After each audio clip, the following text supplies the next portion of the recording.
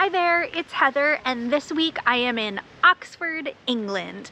Famed university town, but this is actually the birthplace of Alice's Adventures in Wonderland, and that's really why I wanted to come here. It's a little bit of a pilgrimage for me, but I've been reading so much about this town for so long, and obviously arguably the best university in the world is here, and just really charming British countryside and fun activities. So come with me and let's explore Oxford.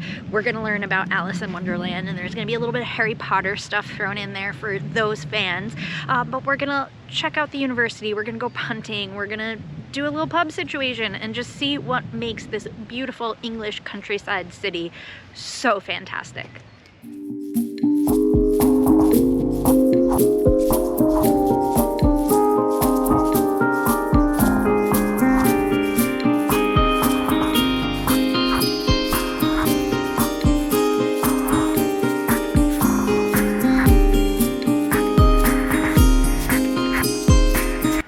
Oxford University is, of course, one of the most prestigious colleges in the world, and it's made up of 39 individual schools, and I am here at what is arguably the most famous and definitely the most beautiful Christ Church. This is a big deal for me because my very favorite novel of all time, Alice's Adventures in Wonderland, was written right here. So it's a bit of a pilgrimage for me to come and see where this gorgeous piece of literature was written. But Harry Potter fans, you might know this too, because a lot of the scenes from the first couple of movies were filmed here, so it's very familiar, it's very beautiful. You can buy tickets to come and visit. You can do an audio tour. I opted for a guided tour because I wanted to learn as much as I possibly can, and those only go on sale 1 week in advance. So you just head to the website, click on visit, book your tour. They have 30 and 60 minutes. Do the 60 minutes. 30 minutes was definitely not long enough, but this is so worth a visit when you're in Oxford.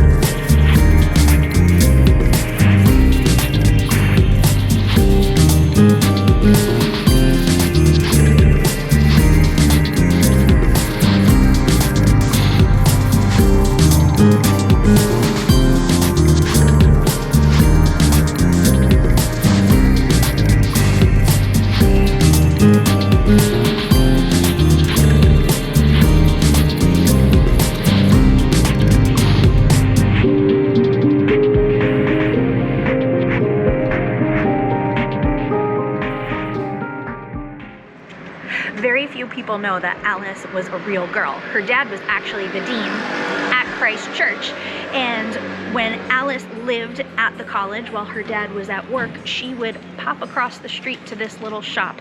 It's called Alice's Shop now, and it sells all sorts of Alice in Wonderland paraphernalia, which you know that I spent entirely too much money there on. But back in Alice's day, it was a sweet shop, and she really shopped there, and she came so frequently that it's actually written into Through the Looking Glass if you look for the chapter with the sheep shop. I'm at the covered market here in Oxford, and it's kind of like, you know, your typical farmer's market situation. A lot of big cities have them. But what I love about it here is there are cake shops, tea shops, souvenir shops. There's also a butcher and a place to buy your produce, or there are restaurants where you can sit down and have a full meal. There's even a diner in here. But what everybody's doing today, because it is so beautiful out, is getting some provisions for a picnic. Maybe, you know, some cheese and wine and bread. Just go around to the different stalls, collect your picnic items, and then head outside to either the meadow walk, or what I'm going to do is go punting on the river, which is a very Oxford thing to do, and I'm so excited to try it.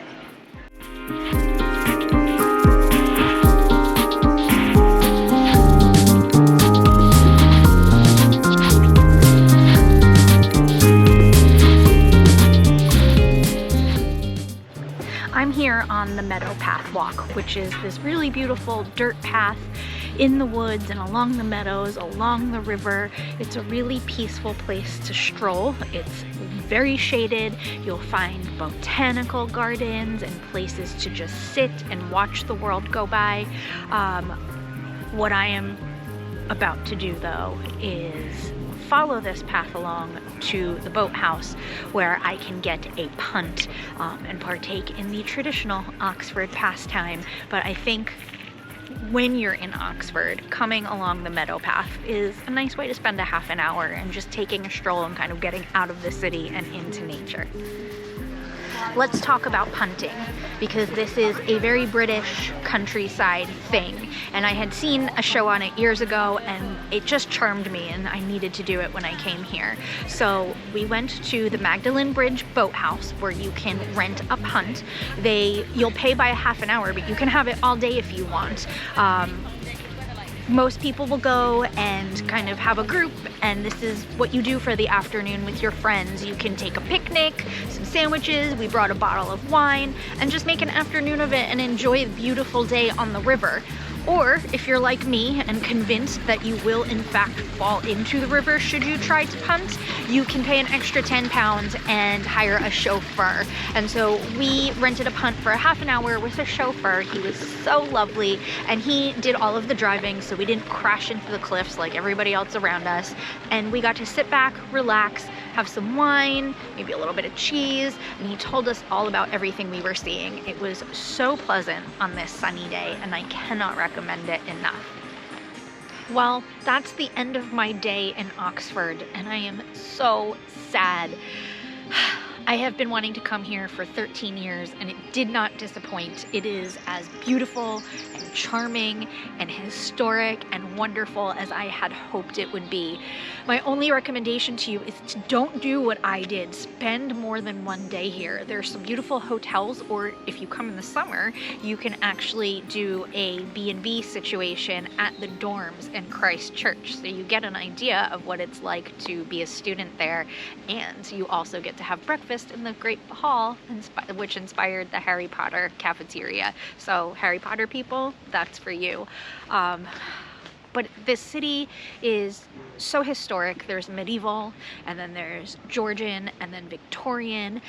So much history, literary or otherwise.